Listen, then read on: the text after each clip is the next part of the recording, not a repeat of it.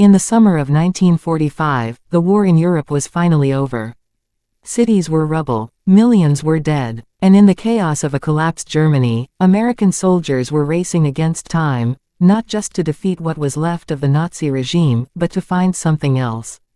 Something the government considered just as dangerous as any weapon still on a battlefield. They were looking for scientists. Brilliant ones. The men who had built Hitler's rockets, his jets, his most advanced technology. And what the United States decided to do with them would become one of the most morally complicated secrets of the 20th century. This is the story of Operation Paperclip. And by the end of it, you might not know exactly how to feel. I know I didn't. As American and Soviet forces pushed into Germany in the final months of the war, both sides understood something clearly: the next war, the Cold War, was already beginning. And it wasn't going to be won by soldiers alone. It was going to be won by rockets, by jet engines, by chemistry, by physics. Germany, for all its horror, had produced some of the most advanced military technology on Earth. The V-2 rocket, early jet aircraft, nerve agents decades ahead of anything the Allies had developed. And behind every one of those innovations was a name. A scientist. An engineer. The most famous of them was a man named Wernher von Braun. Von Braun had been the driving force behind the V-2 rocket program, the same rockets that rained down on London, killing thousands of civilians in the final year of the war. He was a member of the Nazi Party. He held rank in the SS.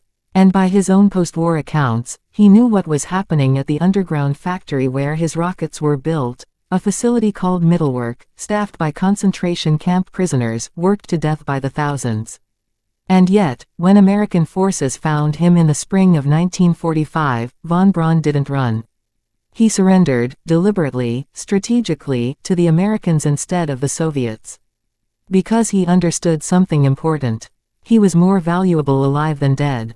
And America wanted what was in his head. What followed was a program that the U.S. government kept quiet for years. Officially, it was called Operation Overcast.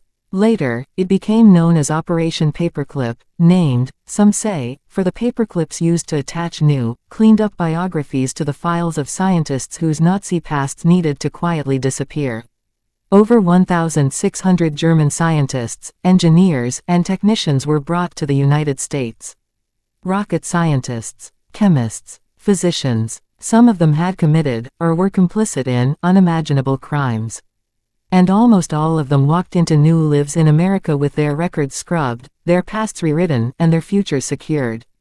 Von Braun himself would go on to lead the team that built the Saturn V rocket, the very rocket that carried Apollo 11 to the moon in 1969. Millions of Americans watched that launch and felt pride, unity, a sense that humanity had done something impossible. Almost none of them knew that the man behind it had once built weapons using slave labor. That thousands of prisoners had died constructing the very technology that made his genius possible. That's the part of this story that sits heavy in your chest. Because it isn't just about one man. It's about a country that had to decide, in the rubble of the deadliest war in human history, what it was willing to forgive in exchange for power. Here's what almost never makes it into the story. Some of the scientists brought over under Paperclip weren't just Nazi Party members by necessity or circumstance, some were true believers. Some had conducted or overseen medical experiments on prisoners. Some had direct knowledge of, or involvement in, atrocities that most of us can't bring ourselves to fully picture. And the United States knew.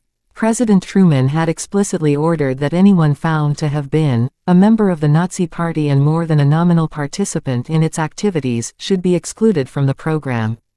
That order was quietly ignored. Files were altered. Backgrounds were softened. Men who should have stood trial instead stood in American laboratories, in American universities, in American aerospace programs, building the future of a country that had just spent years fighting to defeat everything they represented.